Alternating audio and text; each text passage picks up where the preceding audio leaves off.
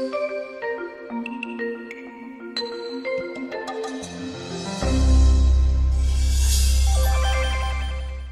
you all for coming. This is one of our regular sort of once a semester joint seminars between the School of Education, the Center for Education Policy Analysis, and the Department of Economics. We have Doug Staiger here from Dartmouth College, who's going to be talking about a reform initiative in Newark. Looking forward to hearing it.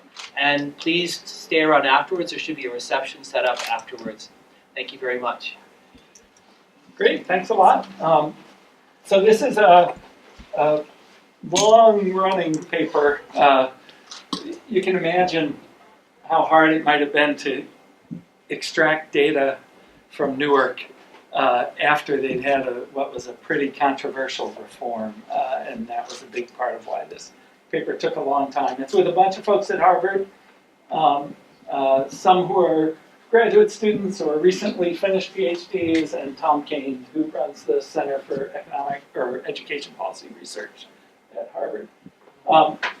And this paper is really about a big reform that happened in Newark.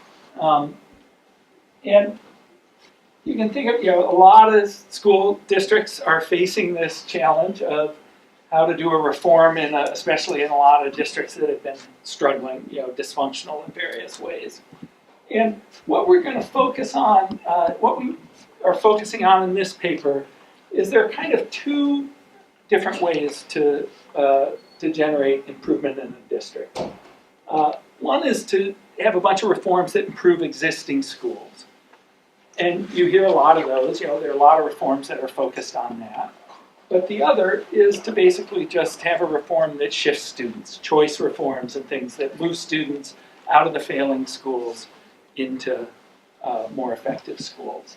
And what we're going to do in this paper is kind of just look at what's happened in Newark through that lens of what improvement, what was happening within schools, within existing schools, versus shifting students towards the more effective schools. The thing that we're kind of evaluating, I don't want you to think of this as like a clean program evaluation, because in some sense there was just too much going on to know exactly what was causing things. But the basic impetus that was going on in Newark was this big $100 million gift from Mark Zuckerberg that went to Newark and was announced on Oprah, which didn't lead to a good start in a lot of ways. The first time many people in the district heard about it was when Oprah announced it on her show. And it was a $100 million gift from Zuckerberg and then matched with another $100 million. So it was, kind of high profile, big money. And it kind of did a whole set of things. There were a bunch of within school kind of reforms. They got rid of a bunch of principals, they renewed schools, these renewal schools. There was a new teacher contract that was supposed to give more incentives to teachers. All kinds of things going on within the school. But then there was also things that were meant as this kind of between school to shift students to more effective schools. School closures, which are really controversial, and they closed a bunch of schools in Newark. They have a big charter sector in Newark, and they allowed charter expansion dramatically in this period, and did a lot of things to facilitate that. And then they eventually put in a universal enrollment. It was like a school choice where they always had some school choice, but you had to apply to each school individually, and they made it a simple one-stop shop where you could just list the schools. So they were doing a lot to try and facilitate movement across. And so what we wanted to do was take this, there's this broader literature on what's the source of productivity gains in any industry or any country. And you can think of this within between as the way this literature has gone, or a lot of the literature has focused. So people have looked at cross-country. Why do some countries have big productivity booms? And you can imagine it might be that every firm, every industry, every firm in the country increases its productivity. That's a within. Or it might just be that there were always productive firms, just they didn't have big market share in those countries. There was something wrong with the market, and the productivity boom came from shifting production to the more efficient firms, to the more productive firms. And in fact, what this literature has shown broadly is the big differences across countries, like why the US is so productive relative to other countries, isn't that all firms are more productive, it's that the most productive firms have much bigger market share and they grow more quickly in the US. And so people, there are interpretations about making the market work better to get production to the right firms. And so that lens is a way of thinking about shifting students to the more productive schools versus trying to help all schools be productive. There's actually, I work in healthcare, just so you know. I have this dual life. I was telling somebody that a friend described my research as, oh look, a bunny. Whatever's interesting, I kind of chase after. And so I had this whole other side of me in healthcare. And in that world, Amitabh Chandra and Chad Syverson and others have this paper on hospital productivity, where they've kind of taken the same lens to look at hospitals, and where their productivity measure is hospital mortality rates adjusted for the kinds of patients. Think of that as very similar to what I'm going to be doing today. Student test scores adjusted for a bunch of stuff. And what they did was kind of documented that this kind of, how much of this is within hospital, how much of improvement in mortality over time is within hospital versus between. They documented that in hospitals there's actually a surprising amount of between action. That a lot of the improvement is the lowest mortality hospitals grow more rapidly than the high mortality hospitals. So in a market where their point was kind of, this maybe is a much broader issue. It's not, even in a market like hospitals where people don't think the market's working very well, you still see a lot of productivity growth working through shifting patients to the more productive providers through the market. You can imagine when we think about, there's a literature now on district-wide turnaround, some that have found, like these papers have found, Louisiana and this is Lawrence, Mass, have found eventual improvements in district outcomes when there have been these big infusion of funds and turnarounds. But there's a little less examining exactly what was the source of the productivity change. So what we're trying to do is think about the within-between breakdown and see if this framework helps us think about and understand what's going on. So that's what we're doing. It's kind of, in some ways, you'll see like the identification in this paper, it's not like it's great. We're just doing kind of a diff, diff and diff kind of thing. But what I like is this way of thinking about where the gains are and thinking about is part of our, what are the possibilities through making markets work more towards shifting students to effective schools. That's been in the, people have been talking about that, but this is a concrete way to think about how much of that is going on. We're going to look at one district, but you could think of looking at lots of different districts to think about, are they able to get productivity growth through making, shifting students as opposed to improving schools? Or are there big reforms that improve, it's much easier and less politically costly to improve productivity at all schools. You don't have to close schools and move people. Okay, so that's what we're kind of about. Let me just give you a quick overview of what I'm going to show you or try to talk to you about. So overall, what we see is, so after this big reform in Newark, and we have kind of 5 years of data. I'll talk about the data a little bit. You see some improvements in English language arts, and our measure of productivity is going to be like value added, these test score gains. So they're making bigger test score gains 5 years later in English language arts than they were originally in the years just before the reforms went in. Math, no change overall, and this is all relative to the rest of the state, right? Kind of a different comparison. When you look within school at what's going on within schools in their performance, there's a really noticeable decline in the early years of in the first 3 years, and then a rebound after that, starting in the 4th year. Kind of more persistent for ELA than for math. One of the difficulties we have here is the rebound coincides with the new exam that comes in, and it also coincides with a year where there's a lot of missing test scores because there was the movement to have students not take the tests. And so in Newark, there were a lot of kids who didn't take the test in the fourth year. By the fifth year, they're mostly taking it again. It was kind of short-lived. But so there are a lot of other things going on to think about whether that recovery is real. And we do a little bit on that, but that's still, there's still some issues, especially on this, the park exam. One can imagine, right, you have these two effects. You have the within-school effect and the between, but the within-school effect could be heterogeneous, right? So you could have people moving to certain schools, and it could be that you have some schools that are gaining and some schools that are losing, right? So there could be this third effect. Yes.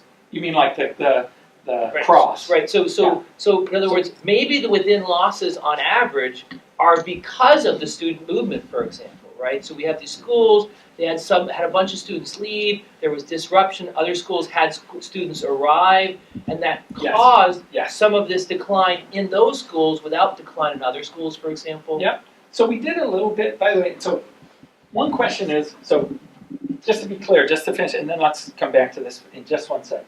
So, right, this within, there's a decline and then a rebound. The between, there's steady improvements. Like basically there's a lot of shifting towards higher value-added schools, of students moving into higher value-added schools. That accounts for almost all or 2/3 of the improvement in ELA. Math would have gone down if it wouldn't have been for this shift. And it's very steady. So you're right, like an interesting thing is what do we think might be going on here? There's an incredible amount of disruption with this reform.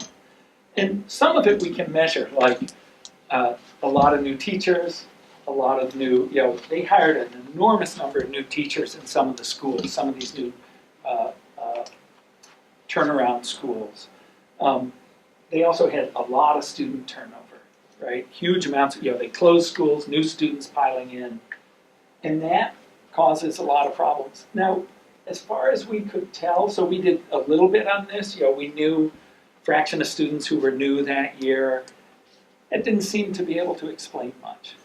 But that's only part of the disruption. The other part of the disruption, if anybody's read this book, The Prize, which is about the Newark reform written by Dale Russakoff, it was ugly. I mean, it was an ugly political thing. The teachers, it was just, there was a major disruption. So you can imagine, even without kids, the part of the disruption we're measuring, in all schools, there might have been all kinds of problems. The teachers were up in arms. There were all kinds of new principals coming in. There was just all kinds of uncertainty and anger going on in the district. So we aren't quite sure what, but there's definitely a decline. And so you can tell a story where there's this temporary decline followed by a long-term outcome. That's certainly the story. Chris Cerf, who's the superintendent of Newark now, wants to tell that he'd like to tell, that now they're on the way back. I think what we want to really focus on, what I found most consistent and interesting is this is pretty unique. You don't see a lot of districts with shifting students towards schools, and when you think of a lot of choice reforms, they may rearrange, the people in the lifeboats or whatever that analogy is. They may rearrange people, but they don't actually shift enrollment, close down bad schools and open good schools, although some do. And so it's interesting to think about, measuring how much of that between school do productive schools get to grow and students shift towards more productive schools.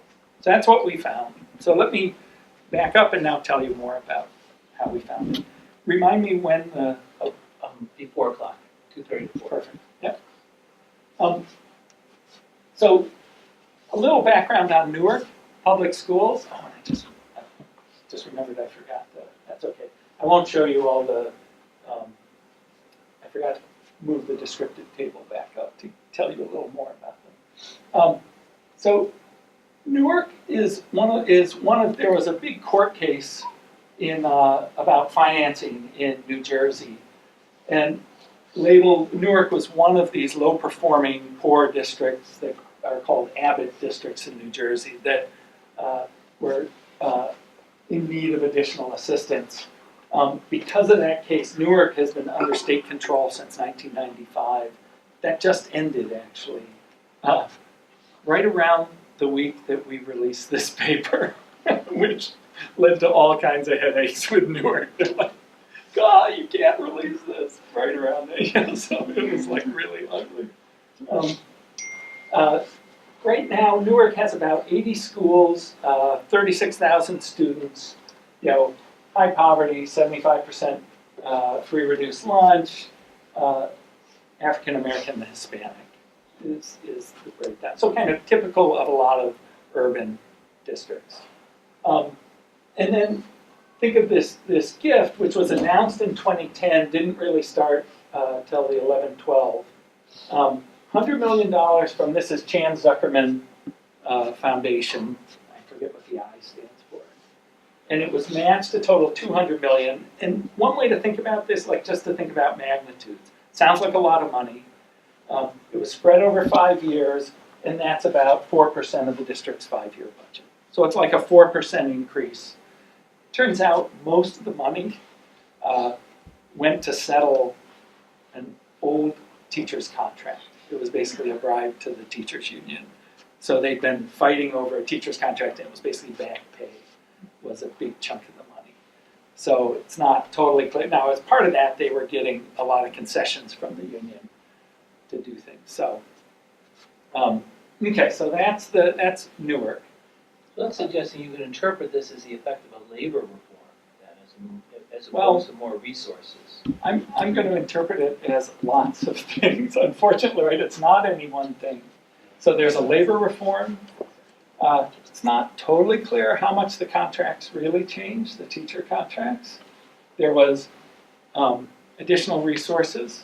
There was new principals coming in. There were these schools that got renewed, which meant all the old teachers got fired, and they only hired about half of them back. They brought in all these new teachers. So it turns out, like, this is so let me kind of talk through. So the reforms are a big, at first we started out this project thinking, let's focus on a narrow piece of the reform and try and find a clean experiment. And we kind of gave up on that. We do a little bit, there's an appendix in the paper where we look at the students affected by closed schools. But even that's a narrow question in the sense of, I certainly have a strong prior belief that those students are more negatively affected than new students who are flowing into the system. So I'm kind of cooking the books against the reform by focusing on students who got kicked out of their school mid-school and pushed into another school. But even there, we do some on that. But so instead, what we decided was, it's going to be hard to isolate anything, so we're just going to do a broad brush kind of analysis here. So the within school reform, there were these new principles. In a lot of schools, let's see, and down here, I think they talk about, do we have the principles? Yeah. So school year 2011-12. So when I say school year 2011, that's when it ends. This is 11-12. 25% of the principals in schools got fired and replaced. So there's all kinds of stuff going on here. These renewal schools, here they renewed in 2013, 8 K-8 schools. I think they renew 8 more in 2015 and 16 in our last couple of years of data. And what did renewal mean? It meant supposedly a lot of things. They got extra resources. They also laid off all the teachers, and they got to hire back only who they wanted. So there was that going on. Of course, most of those teachers ended up staying in the Newark system.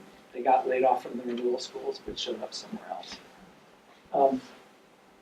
And there was this new teacher contract. And you can notice, we don't talk about the details of that because it's a little murky. Mostly what it did was it paid back wages for the time when they've been negotiating. And it supposedly had more teacher performance and incentives, but it's not at all clear that any of those things had any bite. So there's supposed to be some incentives. Not, we're not convinced there were, but there may have been.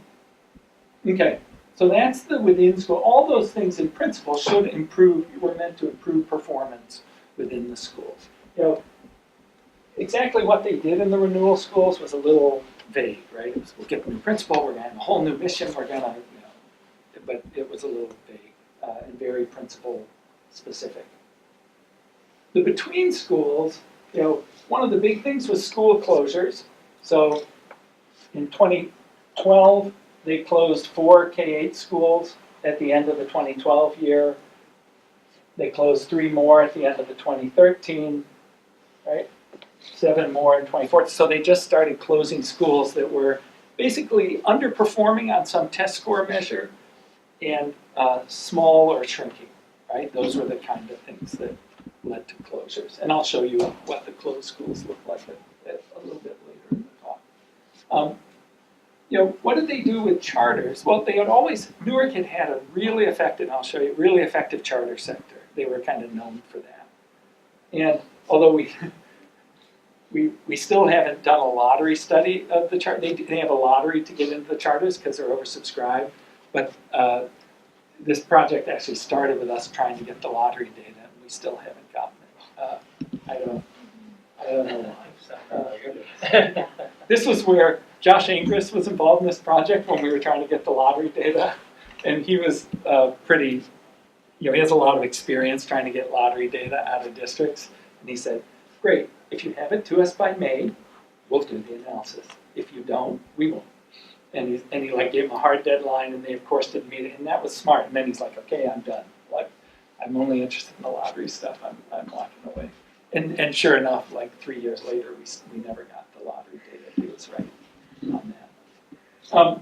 But the charter expansion, part of how they expanded so much was basically, so there was a real kind of a deal made where they could expand. They didn't limit charters.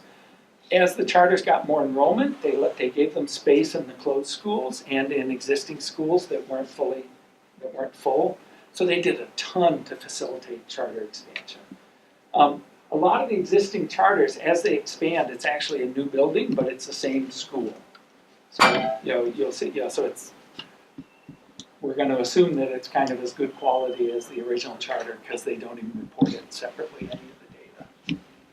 Okay, and then finally, toward the end, in 2015, they introduced this universal choice plan that made it much easier to select a school or a charter school without having to individually apply.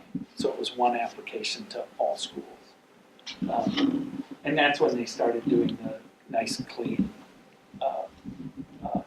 lotteries. And that was the data we were hoping to get. Yeah? Who made the decision about the students? You say there's one allocation, but the school decide whether to accept the students? No. So in the current choice plan, it's so the student puts down all their preferences, and then it's done by, there's a lottery and some priorities within the lottery. And the school has no say. So it's not, it's supposedly, but you know how these things work.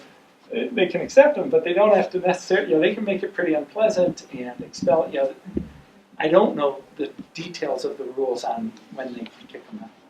Right? And that's where a lot of the action happens in the charter sector. When you're lotteried in, but then they really shake kids out aggressively. But these charters, I think, are at least considered, based on value-added type measures, some of the most, and people from outside who look in, unbiased observers, consider the Newark charters some of the most effective charters in the country. Like, they're more like the Boston charters, which there's a lot of evidence that the Boston charters are very effective. This isn't true everywhere, right? There are some places where the charters are not thought very effective. So I don't want you to think of this as, oh, charter's good. It's these charters. Okay, so these were the main within school and the between school kind of effects going on. So here's the data that we've gotten to look at this. So we have student level data, longitudinal, so you can see the students' last year's test score and future test scores from New Jersey for everybody. So it's not just Newark, it's all districts. And we have both the traditional and the charter schools in New Jersey. All of them take the tests and that kind of stuff. We have data on everybody. So the charters students don't disappear from your data once they go into charters.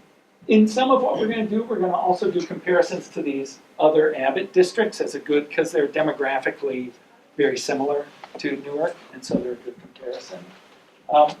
We're going to be focused on test score gains. So that makes us focus on grades 4 through 8, math, and English language arts. Right? There's a third grade test, but for test score gains, you need the prior year, so we can't do. So we start in 4th grade. We have data on test score growth for 7 school years. 2009, 10, 10, 11, those are pre-reform, before the money came, but nothing had happened yet. And then 12 through 16 are the post years, the 5 years post. The test that's going on in New Jersey, they had their own state test, and NJASC was their state test through 2014, and then the last 2 years of data are that PARC is one of the Common Core. There's PARC and Smarter Balance. Those are the 2 main Common Core tests, and so there is a test change, and we'll talk about that, about the issues that raises. Right. Everything we're going to do, so we're going to look at growth, and we're going to use that as a measure of school productivity. So just for people who aren't familiar with these kind of value-added models, what the simplest way to think about value-added is I'm going to run a regression of this year's end-of-year test score on the left. On the right are a bunch of controls, the X's, and I'm going to use this to form a prediction for every student of what I expect their end-of-year test score is. And the residual is kind of a measure of did they exceed or fall behind expected. And you average up that residual for a school or for a district or for whatever unit you're doing, right? And that's value added. And the key is in the things that we're using to form our expectation for the student to see whether they exceeded or fell behind expectations. You have student demographics, their race, their gender, free lunch, socioeconomic status, English language learner, are they in special ed, things like that. But the key one, really the thing that's important, is their test performance in the prior year, and we include it flexibly with a cubic that's different in every grade, so you can be very flexible with that. And then, and we include, you have to have, if we're doing math value added, this is the key variable, that you have to have their prior year math test in order to include them. If they weren't there or didn't test the last year, if they're out of the sample, you don't look at that student. We also include, though, if you're doing math value added, you include their prior year test on English language arts, also as a cubic, all that stuff. But that one, if it's missing, you impute it, and you include a dummy if it was missing, as a check if case your imputations are bad. So this is all, I think of this, I always have to slow myself down on this because I'm like, oh yeah, the usual stuff. I've been doing this for so long now. The other thing that we put in and that are more controversial, but none of this is sensitive to any of this, are peer characteristics in your classroom or school. And think of it as average prior test score for all the kids in your school. So if you're a high test score kid, but you're in a school or a classroom that has mostly low test scores, we expect lower, you predict that they'll have lower test scores at the end of the year. There's kind of negative peer effects, is the idea. And so that's the value-added model. And think of, you run that, you take the residual, which includes a school effect, And then you just average the student residual across all the kids in the school, and you get an estimate of the school effect, or an estimate of the district effect, what's going on in the district.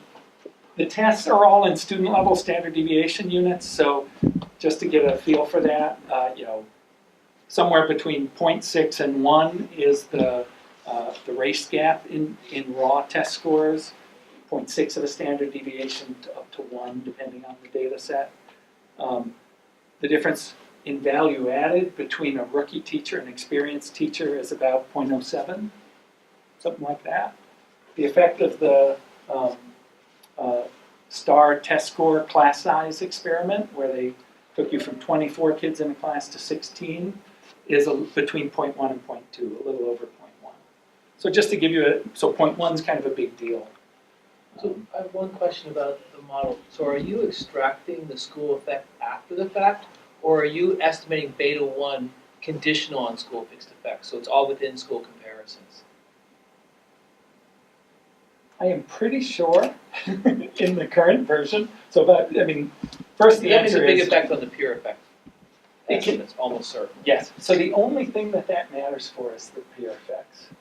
I'm pretty sure in this version, what we've done is we've included the school effects and left the peer, and so we've included school fixed effects when we estimated. The peer effects are within school. And that changes some of the peer effect estimates. And we've gone back and forth on this just more for, simplicity, to kind of say which one are people going to be more comfortable with. And by the way, just so people know, think of if I put a school fixed effect in this regression, and then I use that estimate of the school fixed effect as my thing. The only issue is, does it change the coefficients on the regressors? Doesn't change the coefficients, I'll get the same estimate of the school effect. And when I put the school fixed effect in, I'm estimating off within school variation, not between school. For student level characteristics, all of the action is within school. So the between school variation isn't really giving you much anyway, so you get the same answer, almost identical coefficients on student level coefficients when you put in a school fixed effect. But for the peer measures, a lot of the variation is identified off between school, not within school variation. And so removing that with a school fixed effect makes a difference. So you do get different peer effect measures. But none of this is very driven by that. And I can't remember, there was one exception which has to do with the, even that didn't, when we thought about it right, didn't matter. But by the way, the other thing, this is gonna, so I'm gonna get myself confused before I know it. But the one place where, the one coefficient that changes quite a bit is when you put in the school fixed effects, is the proportion free lunch. Has a much bigger effect across schools, and actually it changes a bit over time with the new test. And so there were some interesting issues floating around there. The results were, when we don't put in the school fixed effects, are a little less robust because of that change. And there's an interesting, okay, so this is an aside, it's an interesting, unusual fact that I don't know what to make of. And we looked at a lot of different states. And some states have this fact, some don't. And here's the fact. If you think of putting in percent free lunch as a peer regressor, it's always true that higher poverty schools, lower value added, right? Like it predicts lower test scores. With the new PARC test in New Jersey, that relationship disappears. So think of it as the high poverty schools used to look much worse on value added, and suddenly they look a little better. Now it's not, and so that's a big issue for Newark when the new test comes in, that relationship has gone away because Newark's a high poverty school. And we were trying to think, is there some reason for this? So we've explored this quite a bit, and we still don't know quite what to make of it. I'm open to suggestions. I was going to speculate hard that free lunch program and the penetration of the free lunch program is to some extent associated with administrative effort to bring resources into the school for the kids. So I'm wondering if free lunch not only correlates with poverty, but it also might correlate, if you actually observed poverty, with sort of administrative competence or administrative effectiveness. And you need better and why would that Well, because be more you, correlated with the old test than the new test? yeah, I don't know about the, I don't know That's about what that. I'm. That's the one I really. That's what we were totally puzzled by, and we explored. Yeah. As a math, that person, it could be what's being assessed by the test. Whereas if the test is computational in nature, then you get one measure. But if it changes where it's a conceptual focus, you provide students different ways of demonstrating what they know and how they know it. Yeah, and that's the one that I think is the most likely. We worried a lot about things like, is the type of administration, the fact that Park is more computer based, and in fact, like you can get automated verbal help on the Park. If you have accommodations where in the old one you had to have a person come in and read to you, now you can have, and this was true on the ELA test too. So we thought, there might be reasons that this would be different. I think that what you're pointing to is the most likely. It's covering different content. And one of the things that, and sorry, I'm jumping ahead a little bit, that we think is going on with Newark was really, and some of the other high poverty districts, were much more focused on changing over to the Common Core early, before the new test came in. And so you could imagine that they'd be kind of ahead of everybody else the first few years of the new test, and that would make them look not so bad because they've actually been working on the content. It could also be that they always focused on this content, and the old test penalized them and the new test doesn't. So I was actually going to ask you about the pre-trends. How did Newark look before 2010? So I'll show you. I mean, Or is that we have 2 years, so we don't have a good pre-trend. But they do look actually on their value added. I'll show you in just a second. Right? They look better than you might imagine. So on their value added stuff. Okay, so that's value added. I think it was fairly stable. One of the nice things about this is when you just aggregate up to the student level, you can kind of see how the district's value added is just the average across all students of this residual, right? Of their growth, of every student's growth. So that's market share weighted average of each school's value added. So this way of thinking about productivity is very natural to think about, there's market share, how much of the school, how many of the students are going to this school, and there's value added in the particular school. So it just is very natural to put this in the framework, this productivity framework we're going to put it into. So here are simple means of value added in the Newark schools and the Abbott schools, and this is all relative to the rest of the state.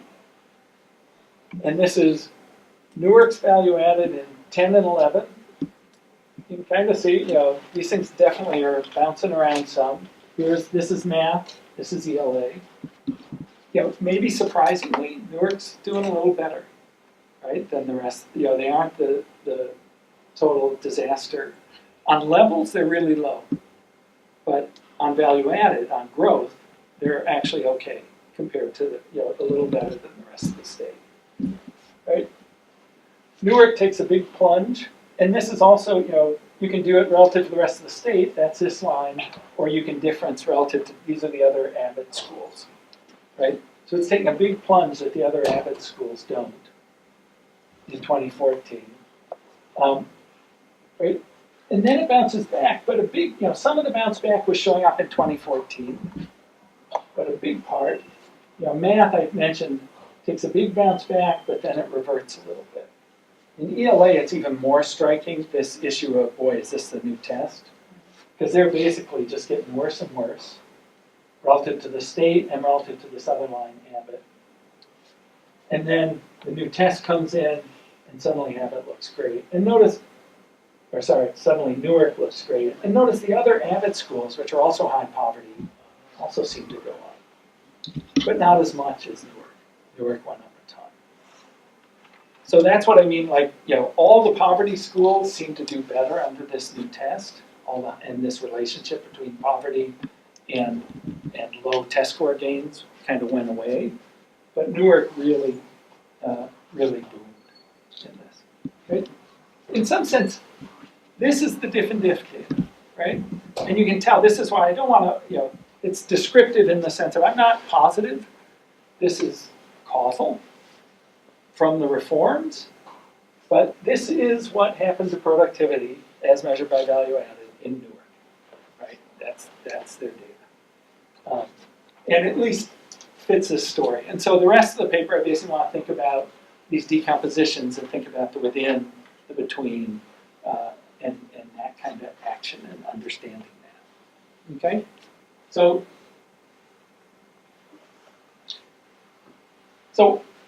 we're just going to now take that data and just put it in and run a regression, a diff and diff kind of regression, right? Where on the left is going to be, this is bad notation because it looks like the dependent variable in the last regression, but the left is the value added gain, the growth, the difference between a student's actual score and expected score, right? You have a dummy, dummy for Newark, a bunch of year dummies, and then interactions between Newark and each year post-reform. So the coefficients on these interaction dummies are picking up the diff and diff. How much did Newark's value added grow in that year relative to the 2 base years in Newark relative to all the other schools in New Jersey? So there it is, over time in Newark, before, after transition, compared to the rest of the state. So that's what the first table's getting at, just that. So it's basically just taking this picture and putting it into a regression and putting standard errors on it. So the all column is exactly kind of the picture that we saw in a regression framework, right? So this is the direct effect of Newark and New Jersey in the pre-years. So this is where Newark's 0.07 about higher value added, relatively precise. They're about the same on ELA in the years before, right? This is saying in the first year of reform, relative to where they started, Newark's math took a dive of about 0.05. By the second year, it's 0.8. These are big effects, right? The 0.08 is like, I gave you those kind of magnitudes before. That's like you suddenly went from all experienced teachers to all rookies. It's maybe almost half, it's over half the size of the class size experiment effect. So those are kind of big. It's starting to bounce back in 2014, and in math, right, it gets back up in 2015, but then back down in 2016. So it's kind of like, there's no difference relative to the beginning. When I first saw this table, I'm like, well, that didn't get much for $200 million there, right? Which is one way to view, if you want to be a pessimist, if you want to agree with kind of Dale Resikoff, that's one view. They spent a lot of money and didn't get much. Let me do the ELA all. So ELA, not much going on. You still see the dip. And then by the end, they're significantly higher. And that was kind of what we saw in the pictures as well. It's useful to think about, this is starting to get it within and between, but it's a nice simple way. Part of what's going on in this all is students shifting from district to charter, right? And it turns out there's a lot of shifting, and we'll talk about this in a second, of students from district schools to charter. And that alone could lead to improvements in scores. So let's just split it into just students in district schools. So this is a different set of students every year. Let's just say what's happening to value added within the district schools and within the charter schools. And first, if you just look at this is the difference relative to the rest of New Jersey in the pre-years. And notice, like the math was higher in Newark. That's not the district schools. That's their charter schools are like off the charts on value added. And others have found this when people have done value added in Newark. This is the evidence that people have pointed to say, wow, this is an effective charter sector. They really seem to get a lot more growth. And that's similar to like what you get in the Boston charters, which are thought to be very effective. Same thing in ELA. nothing in the district. So the district are very average, and the charter are really pos. You know, it's a big, much bigger value added. What's kind of interesting is, you know, I originally thought, oh, most of the disruption is happening in the district. And sure enough, we see this fall in the district and then bouncing back. Actually, by the end in the district, in math, they're actually even significantly below where they started in the district. But I thought I wouldn't see it in the charters.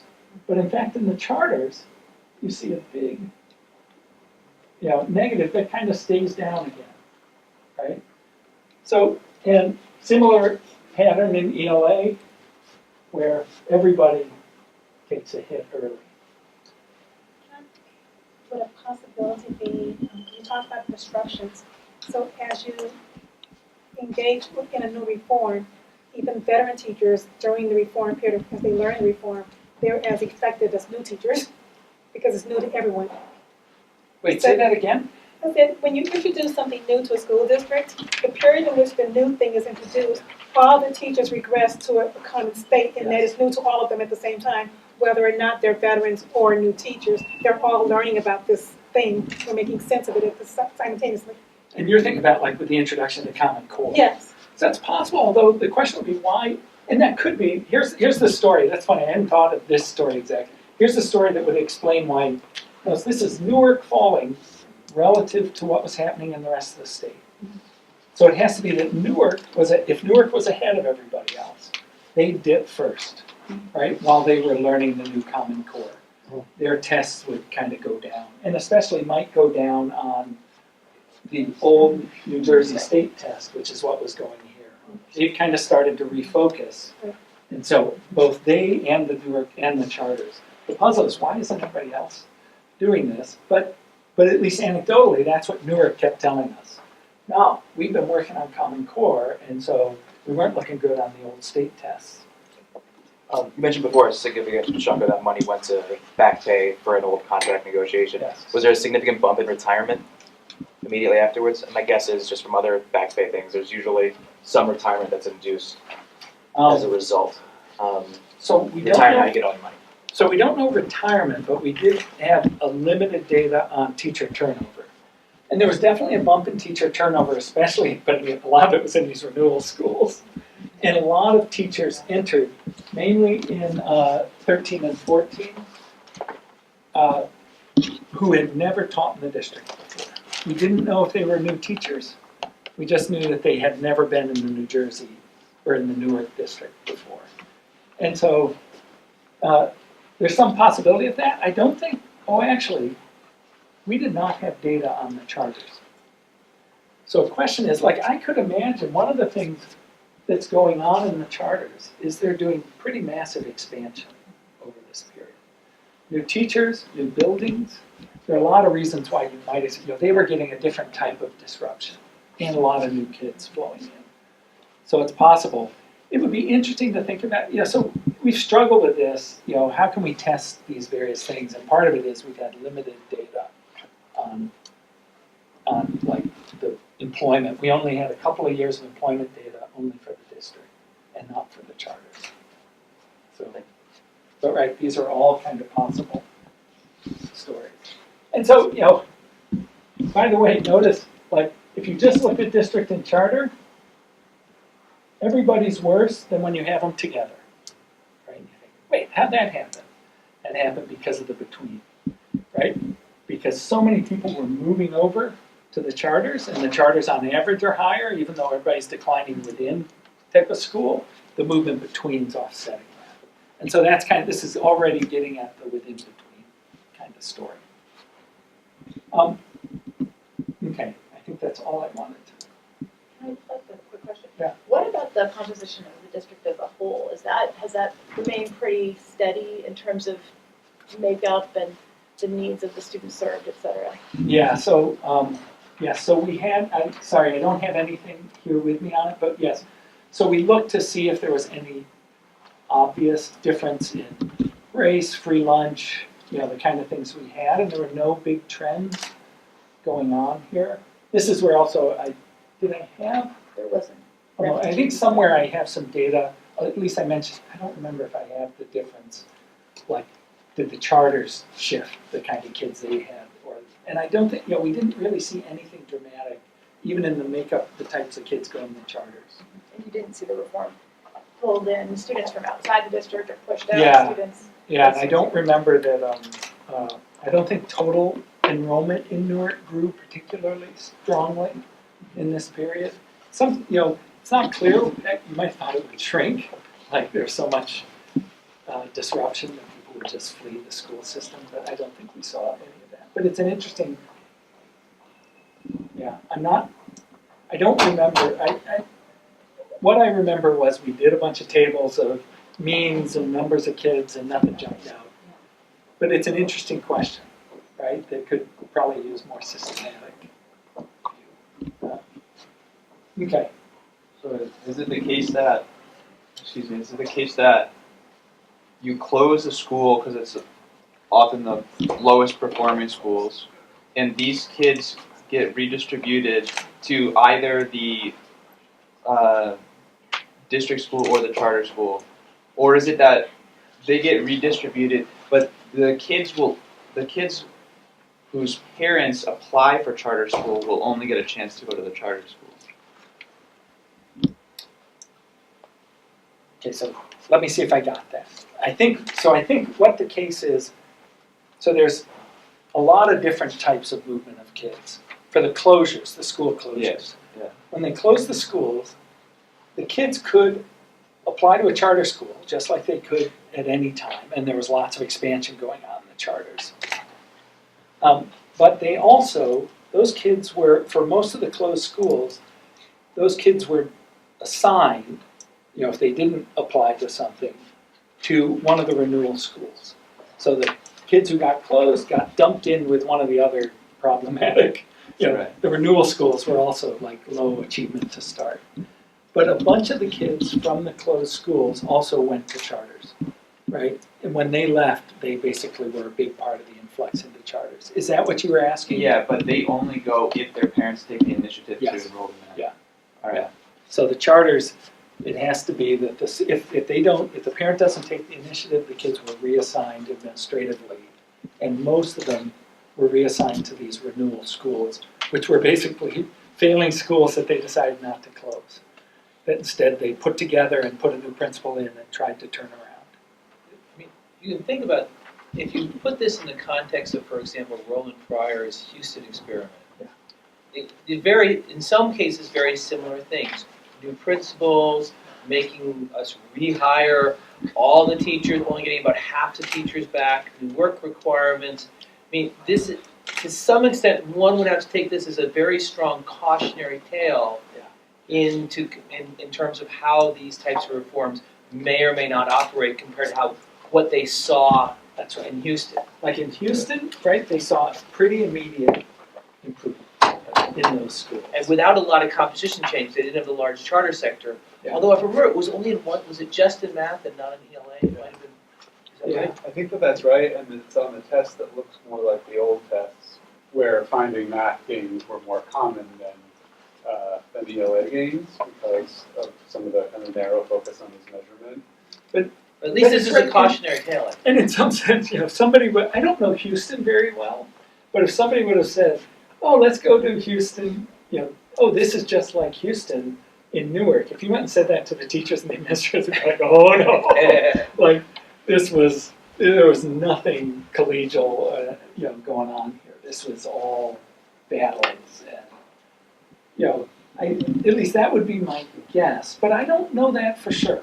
Like, I don't know how confrontational the Houston turnarounds were. They fired a lot of people. They don't have collective Right. They don't collect bargaining, Yeah. so there's no So union. it's an interesting, but you're right, that's a pretty interesting contrast. Yeah. Because clearly they're not getting any of the gains here. There was more going on here too, right? Like these renewal schools were getting a bunch of new kids dumped in. It's not, so I think that's an interesting question, which unfortunately we don't have a good answer to, except that it's cautionary. So I mentioned, one of the things that we can look at, I mentioned that there are a lot more missings in this first year. So that we were able to look at and kind of rule out what was going on. So here is just the percent of kids missing their math scores. It would be the same if we did ELA each year. And this top line that takes the big jump is Newark, right? So this don't take the test movement, they went from 10% to 20%. So we were concerned that maybe there was a selection effect going on here. The kinds of kids who were not taking were the kinds of kids who would have made low gains. Now, probably the story's the opposite, that it's the high-end kids who weren't taking, and they might have been kids who would have been making, high SES kids, and they would have been kids who would have made high gains and would push the thing down. And the other thing is by 2016, it's pretty much back to baseline. This was a transitory phenomenon.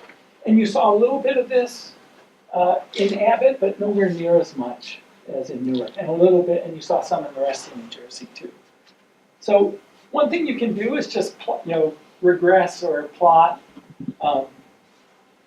between 14 and 15, the year where everybody stopped taking, the change in the percent of kids who are missing the score against the change in value added. So if you had more kids missing, did value added go up or down? And if anything, it went down, which is the story that the kids who didn't take were the kids who were who would have made better gains, and so not having them hurt you. So this just doesn't look like it's the story, and you don't see any relationship in Newark. You see a little bit across New Jersey. This really doesn't seem like it's, I don't think what's driving this data is the missings. I think the more likely story is the one about it might be capturing a different kind of test. Before I do that, one of the things that that we did to ask this thing about is the new test picking up something different. Is you can think about estimating school district level value added and just look at the correlation in that from year to year. This year's school district value added correlated with last year's. It's about 0.6 to 0.7 when it's the same test throughout. In this year where it changes, it drops to about 0.4. So in other words, it's like, we're kind of reshuffling schools based on the new value added when we use the new test. And that's true even in 2016 when both the baseline test and the end of year test are the PARC test. Even that the gains that you see there are only correlated 0.4 with gains that you saw a couple years before when both tests were the old New Jersey test. So it does seem like the test is capturing something really different. Okay. So first let's focus on what's going on within school. So we started to see some of that. I think to do that, just add school fixed effects to this regression. That takes out all the between school action, and what you're left with is, so we're running the same regression, right? You don't see the direct effect of Newark the way you saw in the earlier table because we have school fixed effects, right? And that picks up the direct Newark effect. But you can still pick up the change within school relative to the pre-period, to the period before reform. We used to have, reviewers made us change the table. I liked having when we had the whole thing and then compare it to this, but I'll just tell you, right? This dip is now bigger within school, and by the end is more negative. For the all, for ELA, again, the dip is bigger, and by the end, it's not positive, or it's positive but not significant. So it's kind of the within is looking more negative than the total, which means the between must be going the other way, right? We'll do a decomposition of this in just a second. And the same's true, so we did charters. You see the same thing in charters. We did the renewal schools separately, just to kind of get a feel for it. They were renewed. Most of the renewal schools that we have in this data are 13 and 14. And you do see a pretty big dip in the renewal schools, right? I don't know. So maybe, right, in 13, the year that they get renewed. And so there's maybe something going on here that, that was when they certainly had the renewal schools were the ones that In that year, they got a new principal, they fired all the teachers, they got new teachers, and you see the biggest dip in value added in that year. But the renewal schools by the end have mostly come back. Again, but a lot of the gain is in this year with the test changes, which always raises some questions. But a big part of the decline, the biggest decline was in these renewal schools where there was the most turmoil going on. So it's at least consistent. So that's the within. So I want to think about, there are a couple different ways to look at the between school and what's going on between. The simplest is just to say, if you just took school value added and estimate that, does it predict shifts in student enrollment in the future years? Right? Do high value added schools, so is there a correlation between high value added this year and growth in your student body in the future?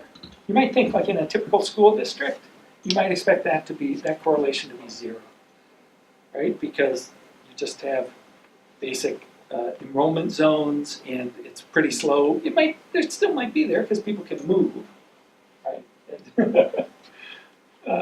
As Steve has found. So people can move, but it's not clear that you'd see much of this. This is what Untitled Chapter and others had done, where they basically just, they did change in number of patients going to a hospital, regress it on the current hospital column to a future change. So we just want to, so as a start, just run this. This doesn't tell us exactly, it doesn't quantify how much the between is doing, but it turns out, right, you can imagine the amount that the between is contributing should be directly related to this correlation, this covariance between your current quality and your future growth. So that's the regression we're going to run, and we're going to run it in Newark and then in other districts and see what happens, see what we get, see if the results look different for Newark compared to other districts.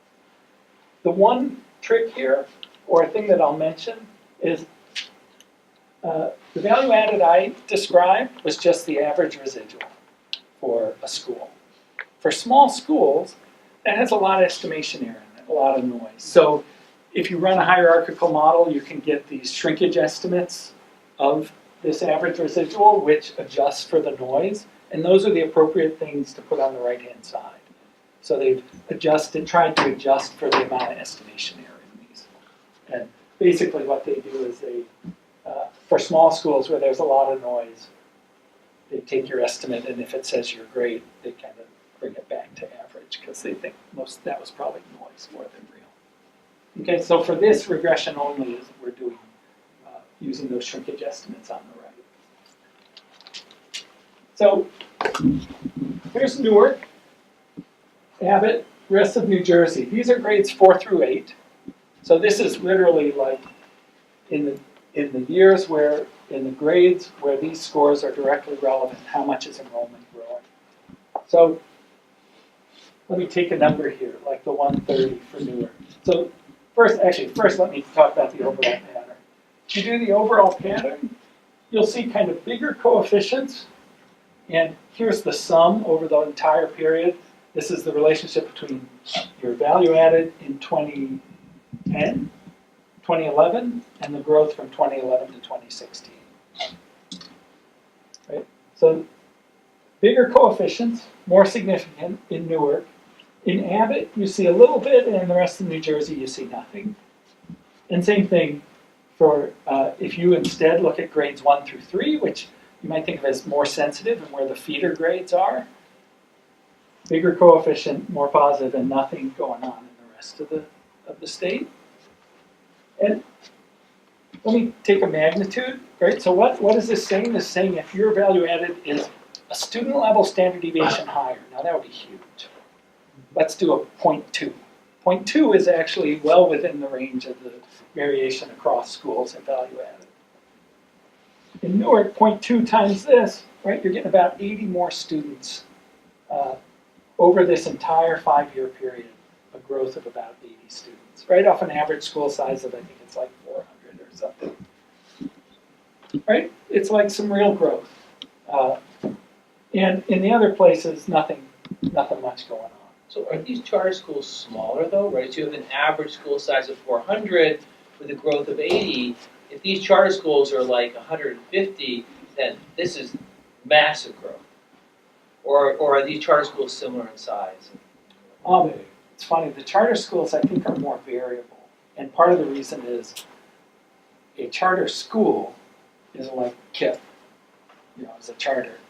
I can't remember, they're called something else in Newark, but it's KIPP. And it might have 4 buildings, but it's one school. So those schools look really big because they have actually a lot of buildings. But then some of the other charters that are one-offs are smaller. So it is, and I can't remember, there was some reason why we wanted to do numbers, not logs. I wanted to do logs and other people, and you get similar like answers, but for some reason we got pushed in this direction to do numbers so that, because somebody wanted to know numbers, body counts, how many kids. Yeah. Two things. One, is it possible that schools are, like, new charters are opening and then enrolling successive cohorts? So you went from 1 grade to 2 grades to 3 grades over 3 years, and so, and then the other question I have, and related is, I mean, do other Abbott districts have anything analogous in terms of choice to what Newark put in place? So, broadly, no. But there are a few that have some things that, that we don't know well enough, but that have something that looks like choice.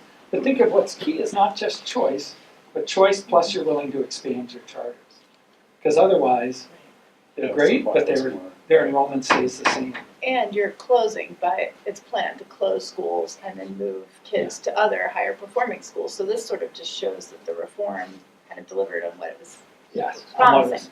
And at least people, you could imagine, given what I'd seen like in places like Charlotte, North Carolina, you might imagine that kids, when they got pushed out of a closed school, would kind of throw darts to pick schools and would not go to the higher quality. This is saying, no, they are at least, for whatever reason, and this is, by the way, existing schools, so it's not about, there were some new openings, and we'll talk about those in a second. But people were moving, at least systematically, towards higher performing schools. So what kind of information did they get? Because I'm guessing they weren't given value-added scores. No. And in fact, I'm trying to think when they started giving, value-added scores are generally correlated like 0.99 with student growth percentile scores. You'll sometimes hear about student growth percentiles. Yeah. They're basically the same thing, just in a different metric. They don't seem the same, but they're very correlated.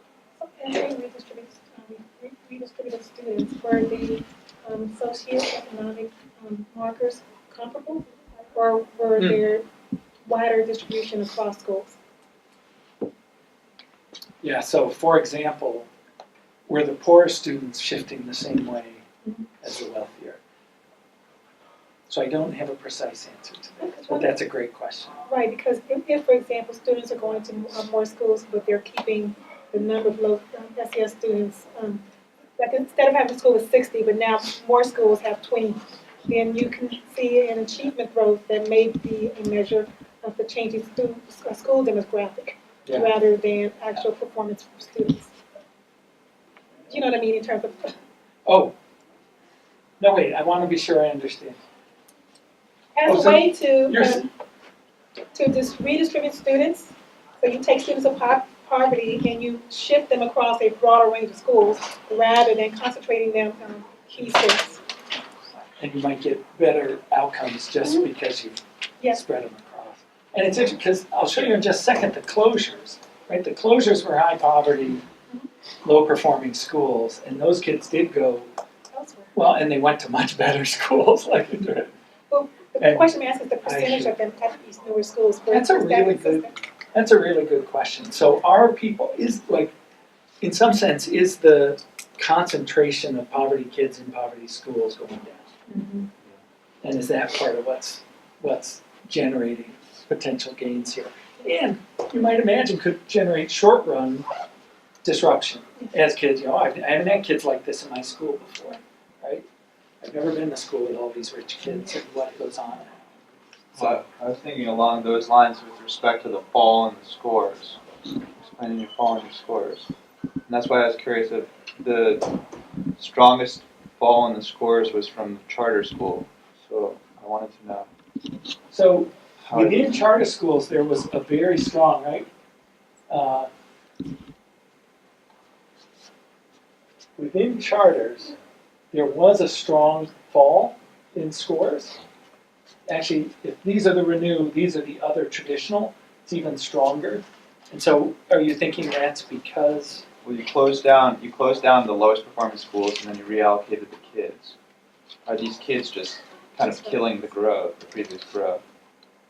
So it shouldn't be things that are predictable based on the kid, right? We've controlled for that. But it might be through peer effects. That bringing these kids, these kids from the high poverty schools suddenly show up in all the other schools. That disruption and difficulty teaching to now a more heterogeneous student population. We should actually look, so we have not done anything on this to measure, are the schools, so the schools should be more heterogeneous and the concentration less, right? It's less everybody's in their own, poverty kids in poverty schools and rich kids in rich schools. That's an interesting, we have not looked at that, and whether that can explain some of this. Your controls for peer effects, I don't know which peer effects you entered there, but those might be capturing these controlling for some of them, You're right. I don't think so because those peer controls don't make a huge difference to any of these results, but you're saying we have maybe a that measure. means that's not the story, I don't know. But I see, so you're saying that, it's an interesting question, but somehow I'm not, But they're probably unobservables that, if they were in those. Yeah, but that's okay, we're not, they're always If they were stuck, unobservable. right, if they were stuck in those schools and their parents weren't getting them out before in the charter schools, right? There's something systematically different between people who are stuck in these schools that are gonna be closed and the ones who are charters. But I do like, I see what you mean. Like, Yeah. why are these kids still sitting in this closed school? Exactly, if their parents had some. Even resources. conditional unobservables, these may Yes, be that's my point. particularly unengaged families or something, right? Who Right. demonstrate Or that. low And some resourced, exactly. But that was the thing where we put like percent of kids new in the school, and that didn't seem to explain much. I think there are two questions here. One is the heterogeneity within the school causing the decline? And what you said is probably a little right. We've got peer effects in there, they don't seem to matter much. Probably that's, but I'm not sure, but we haven't measured it with exactly this focus of heterogeneity. But the other question of just, is there less segregation, essentially, within the school system after these closures and this reform is an interesting question. Okay, so this is there's the picture I think I wanted to show. No, there's going to be another one later on the closed schools. This, by the way, is just a plot of kind of the raw data, where here's your 2011 school math value added. Here's your change in school enrollment over this period, 2011 to 16 over the long period. The extra large, okay, so triangles are charters, circles are traditional public, and the diamonds are ones that got closed. Right? So you can kind of see, a lot of the closed schools are worse than average, not all of them.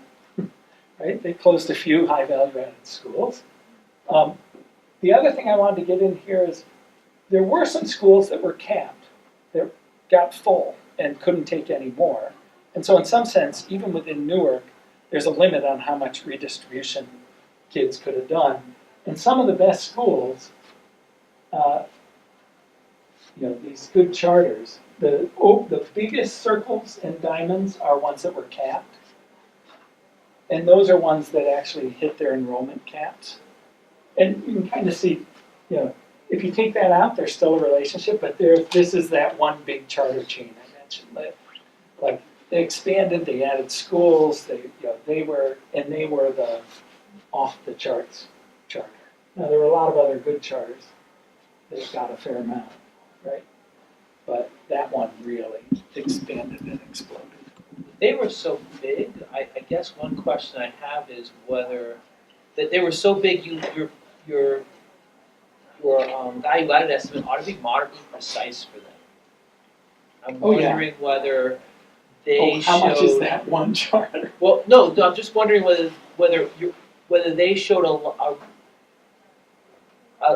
were they a substantial amount of the decline in value added among the charters during this period as they increased size so dramatically? That's a good question. Because there's such a large amount of students, you get a pretty accurate year-to-year value added for that specific school because it's so big.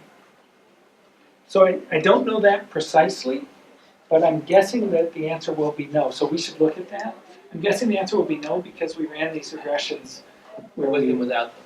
well, no, where we put what fraction of your students were new that year on the right to see if it explained the value added. Oh, okay. And it just didn't. It had a little relationship. If you had more students, you had a little lower value added, but it was really small.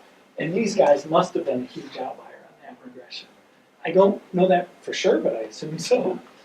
So, And what does it mean for the traditional public schools to be oversubscribed in this case? I mean, do they actually conduct lotteries or just that they receive more requests to transfer? it's a good question. I think they conducted lotteries for the traditional public. I don't know that for certain, but I think so. And that's a good question. So in this period, now I'm actually not positive. I know by the time they were doing choice, and this oversubscription was in the choice year. Okay, That's yeah, it why. says 2016, Okay. right, so that would make sense. That's something. Oversubscribed in 2016, yes. That's how we did this. So what it meant was in the choice year, everybody wanted them and they got oversubscribed. So by 2016, the last year, they were capped and could have grown more, right? And again, most of the ones that could have grown more are on this side of it would have redistributed kids towards even more effective schools. So let me do the decomposition and then wrap up. So we're basically going to just take, think of this as a change in an average value added residual. And you can decompose that change using these kind of standard decompositions, which I'll show you the math in just a minute, but into 5 components. And we've been focusing really on 2, and there's some others kind of hidden around. So there's the improvement within continuing existing schools. And that's the within that we saw with the school fixed effect. Reallocation between continuing, meaning schools that existed through the whole period. And again, that was all those regressions that we just ran, the school had to exist at the beginning, so it couldn't be a new school, for example. So that was growth within existing. There's actually a cross term, right? Basically, are you reallocating students towards improving schools? So that term's floating around. A lot of times people will take this as the within and everything else as the between. But these betweens you can split into, there's reallocation between existing, continuing schools, the cross term, there's entry of new schools, and there's closing of existing schools. And this one's particularly interesting, right? What happened, how much is closing existing schools? So we're gonna do that decomposition, right? Okay, so there's some math that does this. It's kind of what you'd expect, but just to do it quickly, like just to talk through a couple of the terms. The within, it's just, take the change.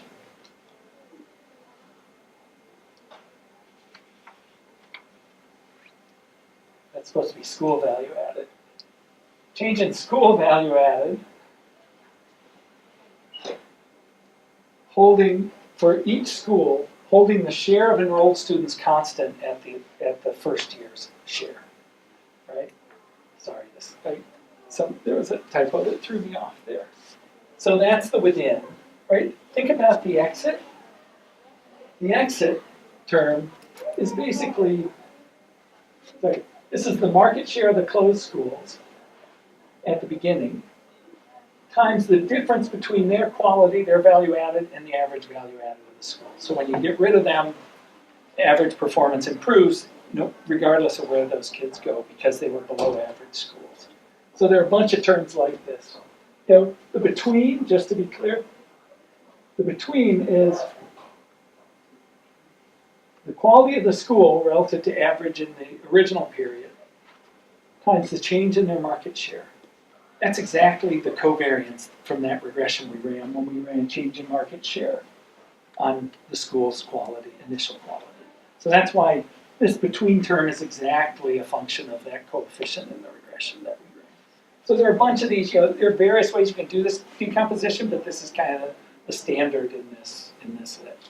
And it takes the actual change in value added over any time period and breaks it into what came from each piece. And here it is in a graph, and then I'll show you a table, right?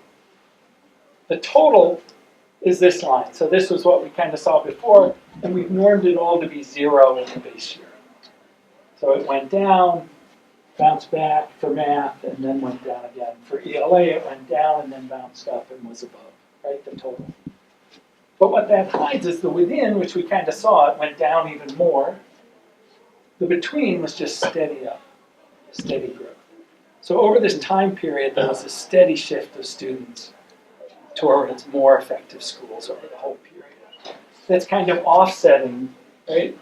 This is where this math decline would have been significant, except we added enough within to at least get to the point where it wasn't significant to kind of mask what was looking like a big decline. If you take this and do piece by piece, here's this same thing done just for the total period from the beginning to 2016, right? So the total change in value added in math was down 0.36, and the ELA it was up 0.07, right? There's a big within school decline in math, right? But not in ELA. ELA, and it kind of bounced back, but both math and ELA, the between was really positive, right? For both in a similar magnitude. If you look in the Abbott schools, there's no between. That's just nothing happening at all. When you start breaking it down into pieces, so this is the total, this is now between existing schools, cross, school entry, school closing. You know, most of it is between existing schools. This is moving to the charters, right? But a non-trivial piece was the closures, right? So there's like, roughly a third of the total or a quarter or 20% of the total come from the closings, something like that. So the closings contributed here, which, in some sense, given what I've seen in most districts, how together they have their act, I'm a little surprised they targeted the right schools to close. And this is saying they at least targeted the right schools to close. In the appendix, we have this appendix that looks at the kids who are in the closed schools, and they actually seem to get test score gains relative to other kids after the closure, based on where they go. Let me show you, when we think about the close, there's some kind of interesting things to think about. So this was the value added, their rate in Newark of the schools that got closed. So this is what I mean, they at least did target the right schools. They tend to be down in the bottom. They miss some, right? There are a lot of political reasons why they don't close always the worst. And they weren't looking at value added, they were looking at other things, other markers. And maybe value added's not the right measure. I'm okay with that. But this is what I also like. This is, if you look at the kids from the closed schools. So we took students who were leaving closed schools, so they all left. On this axis is the value added of the school, the closed school, the year before they closed. So these are the worst closed schools on value added, and these are the best. And then we just split each school, their kids, into whether they went to charters or traditional. And we just calculated the value added in the school they went to. And this is the difference, the average difference for the kids in value added of the school they went to compared to the school that got closed that they were in. So think of, this is saying the kids who left a school that was this worst one at minus 0.25 or so. The ones who went to charters got big gains in terms of value added, but even the ones who went to other publics came out ahead, because you can't do much worse, right, even if you're throwing darts, right? The zero line means you went to a worse school. That doesn't really happen, right? Everybody's getting at least to as good, and if they go to charters, much better, except for this one school that was closed, the one of the most effective closed schools. And those kids, if they didn't go to a charter, they tended to do worse. Right? And that's just kind of visually a way to think about what was going on when they closed. They took these kids and spread them around a lot of good schools. Okay, good, 3 minutes. Let me, what do I think? A lot of this, it's kind of descriptive about what was going on there, but I think an interesting way to break this down. If you think these are really the effects of the reform, which isn't implausible, it looks like the within school took a lot of years to pay off, right? And where the between school stuff is more immediate, right? And you can see why politically the between school is a pretty easy way to go, and you might see why those get a lot of play in a lot of districts, where the within school is hard work and you got to have lasting power to not get, they got hammered in Newark over this reform, probably because of these, partially at least because of this obvious to everybody disruption that occurred in the immediate years after the reform.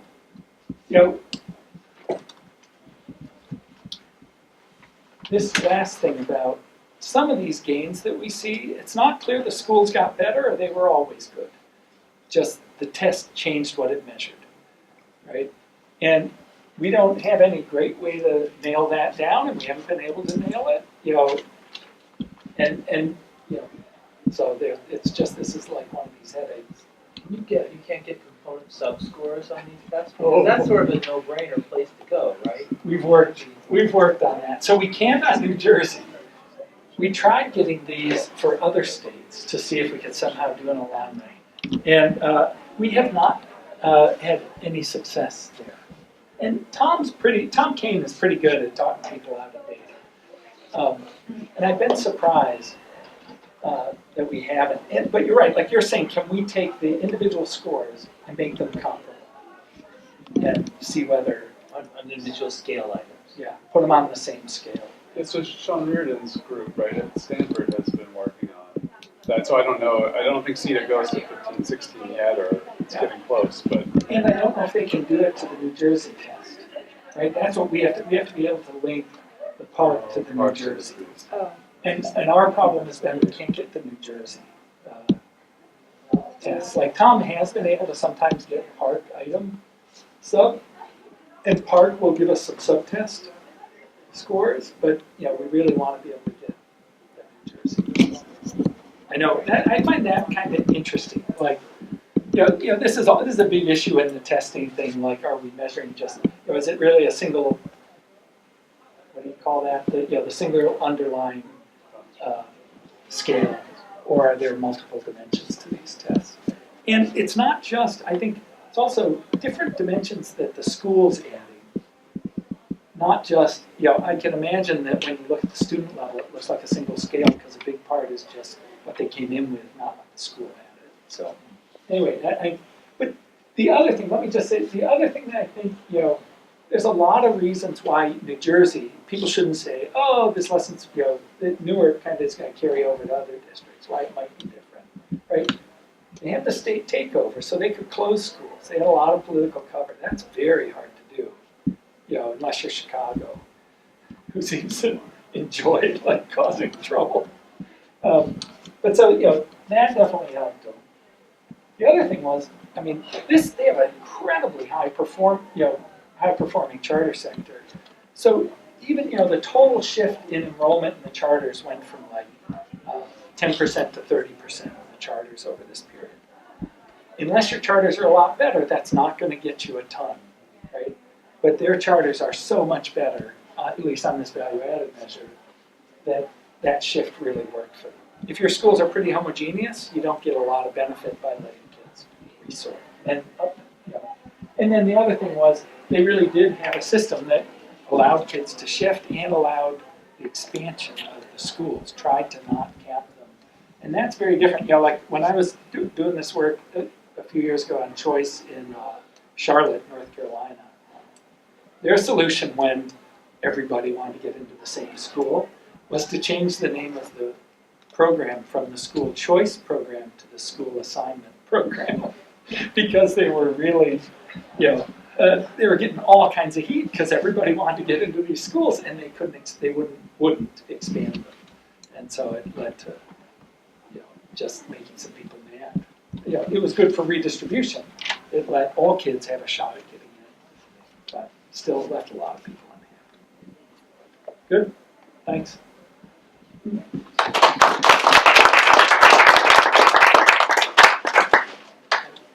I have to apologize that